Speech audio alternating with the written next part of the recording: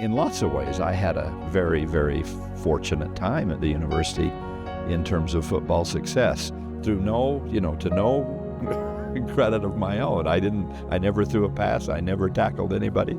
Early on, Lavelle and I had a deal that I wouldn't tell him how to run the football team if he wouldn't tell me how to run the university. So that was the deal. So he was always willing to let me be in the locker room and on the sidelines. I never interfered. I never said anything. I didn't ever call a play, or I wasn't Richard Nixon, picking up the phone to call in a play.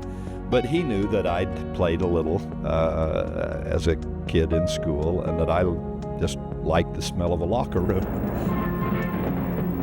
My first Holiday Bowl was the Miracle Bowl, and that, in a way, was kind of a watershed moment. And I was down on the sideline for that game and watched that pass.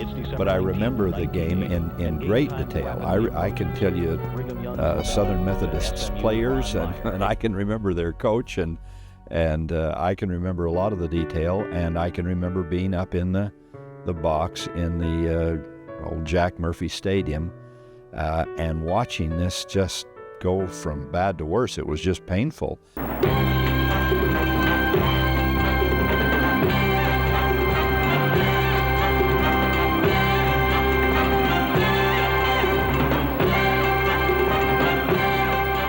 And a lot of general authorities and others that had come, fans that were there participating either in our box or the extended boxes nearby.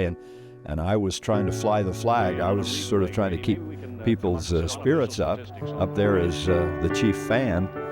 But some of it wasn't easy to do, and there was a bit of sniping and grumbling and whatever, and as you could expect in a game that just wasn't going very well. And I remember leaving when it looked so bad, with, I don't know, 3 or 4 minutes left to go. I'd been up there and I'd been hosting. I was trying to do with the San Diego people what I was supposed to do, and the other university president, and all that we owed to them. And so I'd done all of that until the last few minutes, and I just said, excuse me, I'm going to leave the box here. I'm going to go down and be with the players. I'm going to be in the locker room. Win, lose, or draw, I'm going to be in the locker room with them. And then it was over. As the third period ended, so did the Cougar hopes. Fourth quarter, the score is 38-19 SMU. If they can get on the boards again, they know they've got it locked. Actually, they have right now with a 19-point lead. And the Mustang offense rolled on. And the Cougar defense wore out. And the fans began to head home. All the hilarious stories of people who left the stadium, drove home, drove to Utah, didn't know till the next morning that we had won. Wives just furious with husbands that they hadn't wanted to leave them and go to San Diego anyway. And then husbands that didn't have the sense to stay and at least watch the game and see that we'd won. A lot of funny stories, hilarious stories, almost all of them true. This is Bennett in motion. And here comes Craig James. Oh, look out! Ooh. This is going to go all the way.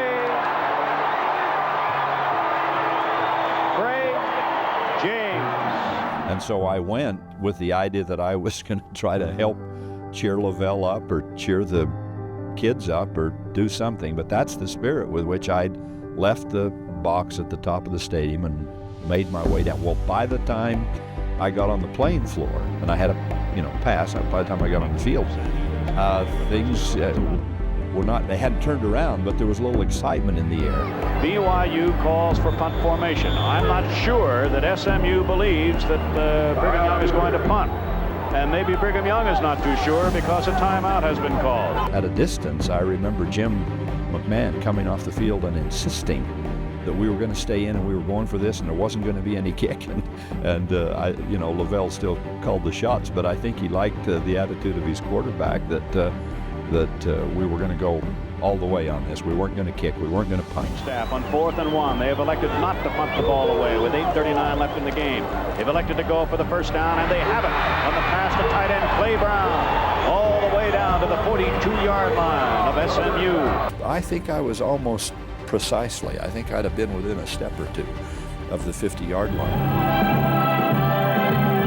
Back to throw. Man on first down. Looking, may run. At the 20. Pump fake, look, throw. Pass incomplete. Pass in the end zone. Wait a minute. Touchdown. Now they wrote a touchdown. Matt Braga. 2.5 minutes to play. An obvious onside kick. The Mustangs need only to fall on the football. Up to 10. First down, I believe Brigham Young's got it at the 41-yard line. Brigham Young ball.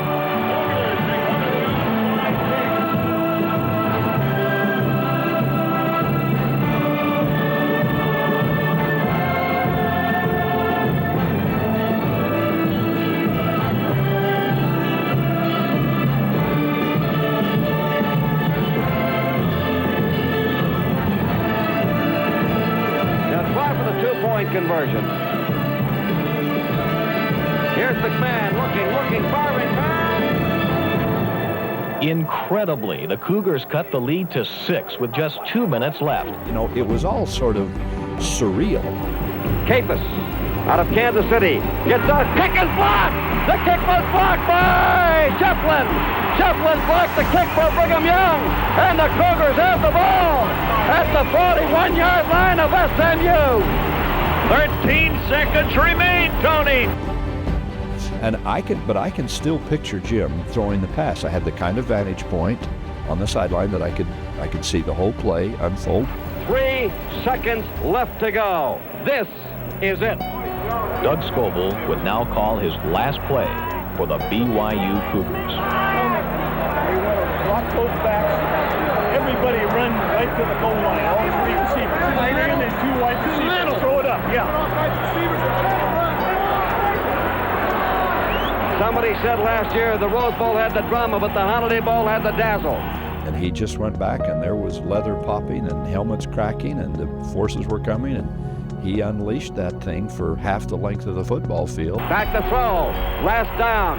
No time on the clock. It's up in the air. It is deep. It is what? He caught it. It's a touchdown. Touchdown on the last play. And Brigham Young has won it. A miracle catch. A miracle catch. A 41-yard touchdown pass. 46 to 45. An unbelievable Brigham Young comeback. Without any particular interest in BYU, you wouldn't need to have an ounce of affection for the team to still say that was one of the great comebacks in collegiate football history. It was a miracle in the making.